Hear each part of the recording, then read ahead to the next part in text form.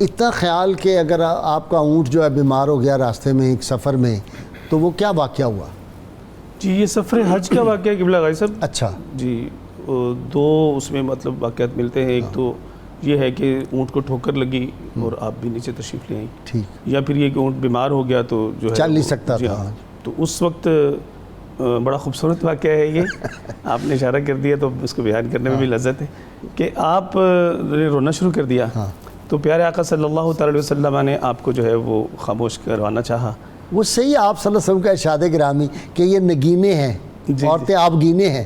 اونٹ چلانے والے کو بھی فرمایا کہ آہستہ چلاؤ، یہ آپ گینے ہوتے ان کا خیال خواتین. جی ہاں. یہ مقام کسی نے دیا ہے کائنات میں خواتین کو؟ یہ رسول اللہ صلی اللہ علیہ وسلم نے عورت کو اٹھا کے تحت الثری کی پستیوں سے اوج ثریا کی بلندیوں پہ پہنچایا. جو عزت و احترام اسلام سے ملا ہے وہ کہیں بھی نہیں ہے. بالکل ایسا ہی. تو پھر حضور علیہ الصلوۃ والسلام نے کچھ ناراضی کا بھی اظہار فرمایا. تو آپ نے سیدہ عائشہ صدیقہ رضی اللہ تعالیٰ عنہا کو جو ہے وہ عرض کیا کہ آپ میری سفارش، جیسے آپ نے واقعے میں کہا شروع میں.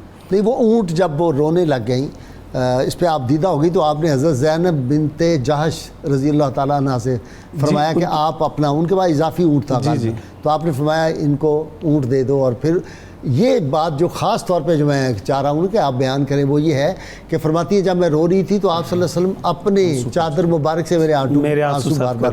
جی بالکل. دیکھیں دل جوئی کی اخیر ہے بہت زیادہ، بہت زیادہ جی. اور میں ایک خاص پہلو کی طرف یہاں پہ اشارہ کرنا چاہوں گا. ناظرین کے لیے ایک سیکھنے کا معاملہ ہے کہ آپ امام احمد رضی اللہ تعالیٰ عنہ نے جو ہے وہ ایک روایت نقل کی اپنی مسند میں کہ آپ رضی اللہ تعالیٰ عنہ بہت بڑی فقیہ بھی تھیں، بہت بڑی عالمہ اور فاضلہ بھی تھیں. حالانکہ حضور علیہ الصلوۃ والسلام کی بارگاہ ناز میں آپ کو 3 سال اور کچھ ماہ کا جو ہے وہ مطلب شرف مقاربت جو ہے وہ ملا. لیکن آپ یہ دیکھیے کہ آپ کے بارے میں آتا ہے کہ حج سے واپسی پر کچھ جو ہے وہ قافلے مدینہ منورہ میں جو ہے وہ واپس آئے اور اس میں آ کر ایک مجلس منعقد ہوتی ہے. تو امام احمد لکھتے ہیں کہ وہاں کچھ کوفہ کی عورتیں بھی تھیں اور کچھ مدینہ منورہ والی بھی تھیں.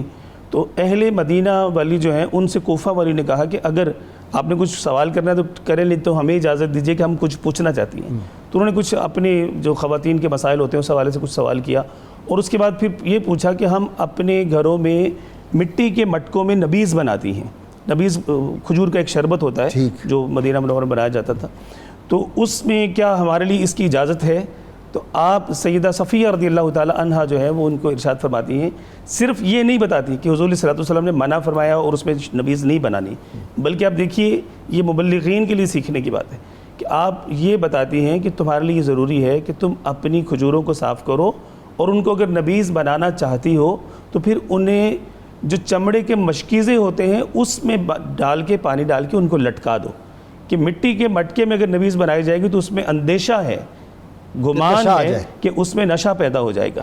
تو اس سے کچھ چیزیں جو ہم سیکھتے ہیں وہ اس میں ذہانت کی ایک بات بھی بڑی زبردست ہے کہ وہ جب باتیں کر رہی تھی تو انہوں نے یہ تعارف نہیں کرایا کہ ہم کہاں سے آئیے. تو آپ نے کہا کہ یہ کوفہ کی عورتیں جو ہیں وہ اس بارے میں نبیذ کے بارے میں بڑے سوال کرتی ہیں. جی جی جی. یعنی دیکھیں کہ سوال سے اندازہ لگایا کہ یہ کس علاقے کی رہنے والی ہیں اور یہ پوچھ رہی. جی ہاں. کمال کی ذہین اور اتنی فتین تھی ماشاءاللہ. ہاں جی. تو اس میں یہی تربیت کا پہلو ہے. ایک تو یہ کہ استدلال پیارے آقا صلی اللہ علیہ وسلم کی تعلیمات سے کیا جائے اور پھر یہ کہ نہ صرف مسئلہ بتایا جائے بلکہ اس کا پھر جو آلٹرنیٹ حل ہے یا اس کا مطلب سلوشن ہے وہ بھی دیا جائے.